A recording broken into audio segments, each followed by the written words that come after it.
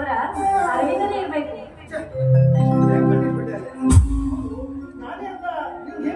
ಹೇಗ್ ಗೊತ್ತೇ?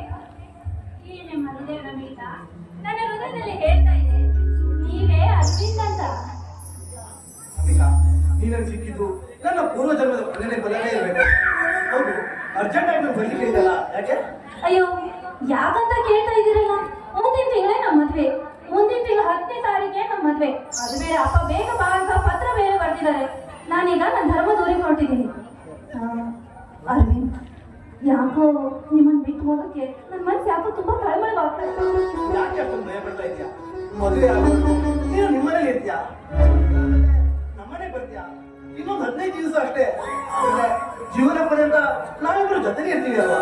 15 ದಿವಸ ಅಲ್ಲ, 15 ನಿಮಿಷ ಕೂಡ ನಿಮ್ಮ ಬಿಟ್ಟಿರಕ್ಕೆ